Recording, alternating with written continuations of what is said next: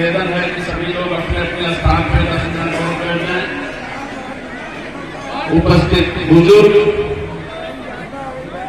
सबको हमारा यथोचित प्रणाम। भाई दिनेश ने इतना बढ़िया संबोधन किया और कुछ भी नहीं रखा हमारे लिए बताने के लिए, सब कुछ भाजपा और सरकार के बारे में बताया। मैं ये धन्यवाद के पात्र हूं।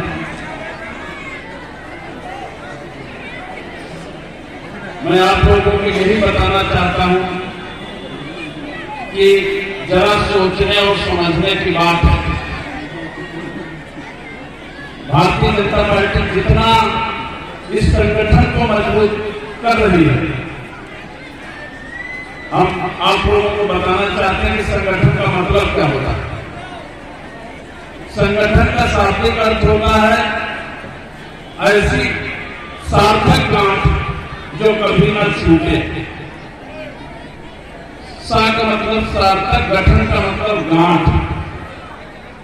ऐसी गांठ जो सार्थक गांठ कभी न छूटे, जिससे सा हटा दो तो केवल गठन बचता है। गठन का मतलब होता है वो गांठ कभी भी खोली जा सकती है, और गा हटा दिया जाए तो ठन बचता है। ठन का मतलब हो जाता है कि विवाद, और जहां विवाद हुआ और ठा हटा दो तो ना बचता है, कुछ नहीं बचता विवाद के बाद। ये 4 अक्षर संगठन है, और यही 4 अक्षर,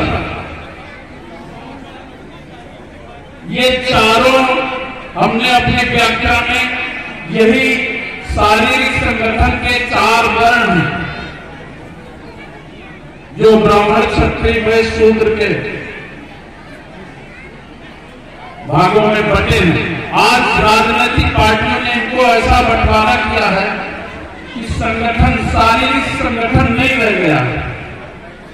ये भगवान विष्णु का लेटा हुआ शरीर, जिसके 4 विभाजन किए गए थे। भला बताओ, लेटे हुए शरीर में कौन ऊंचा नीचा होता है?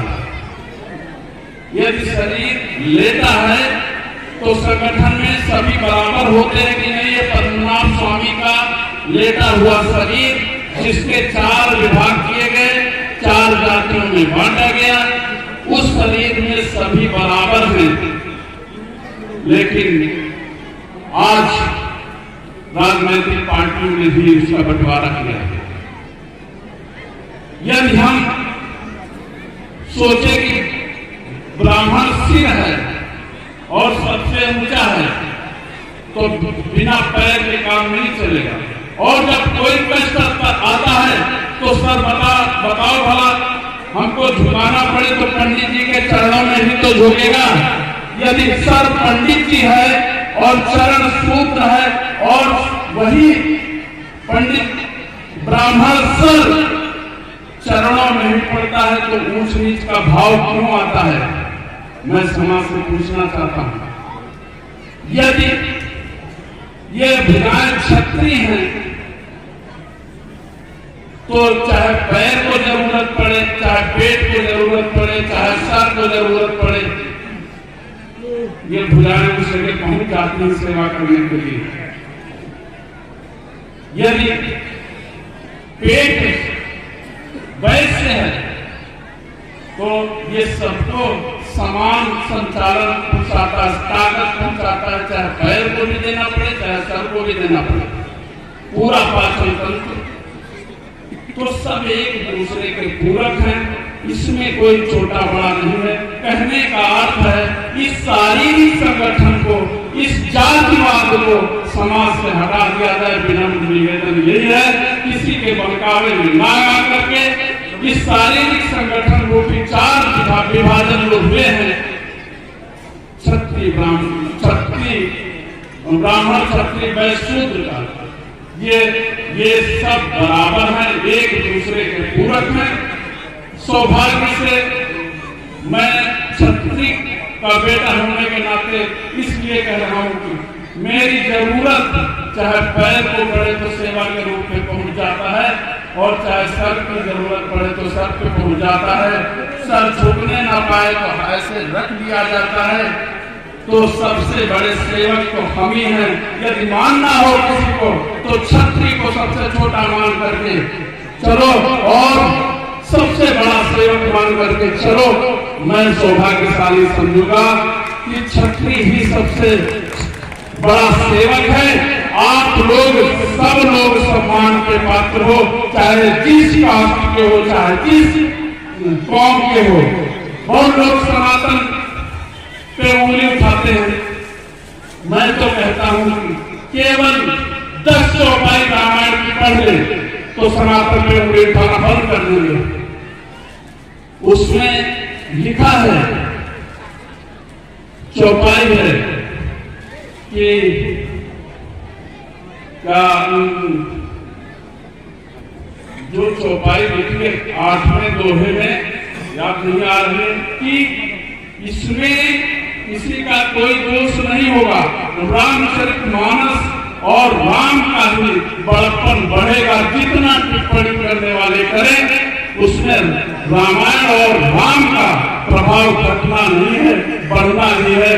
मैं जरूर आप लोगों से चाहूंगा कि चाहे राम हो चाहे रामचरितमानस हो, ये हर घर में व्याप्त होना चाहिए। और जिस तरह से आज ये आदित्य कुलभूषण शिरोमणि श्री रामचंद्र जी का मंदिर बना और स्थापना होने जा रही है, इसका नाम का प्रभाव है। नाम का प्रभाव कि ये आदित्य कुल के थे और दोबारा जब जीर्णोद्धार अयोध्या का हुआ तो विक्रमादित्य के नाम वो भी आदित्य कुल के थे। और आज योगी आदित्य ने इसका पुनरुद्धार किया है। ये बहुत बड़ा नाम का प्रभाव है।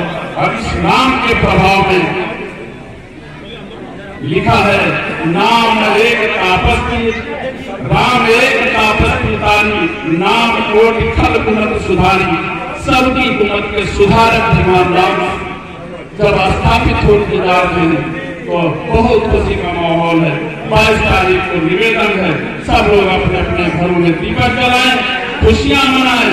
और फिर से तब कहते हैं और रामराज को हमने नहीं देखा था।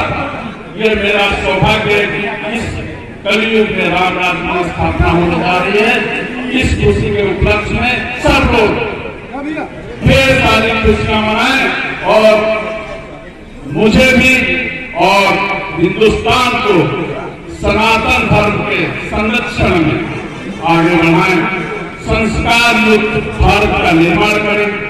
इसी के साथ मैं पुनः सभी वरिष्ठों के चरणों में नमन करते हुए अपने सभी उपस्थित महिला समूह व पुरुष नौजवान जो भी यहाँ उपस्थित है सबके चरणों में प्रणाम करते हुए अभिवादन करता हूँ। बहुत बहुत धन्यवाद।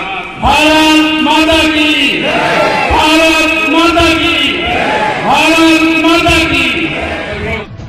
हमारे चैनल को सब्सक्राइब करें और वीडियो सबसे पहले अपने मोबाइल पर पाने के लिए बेल आइकन को दबाएं।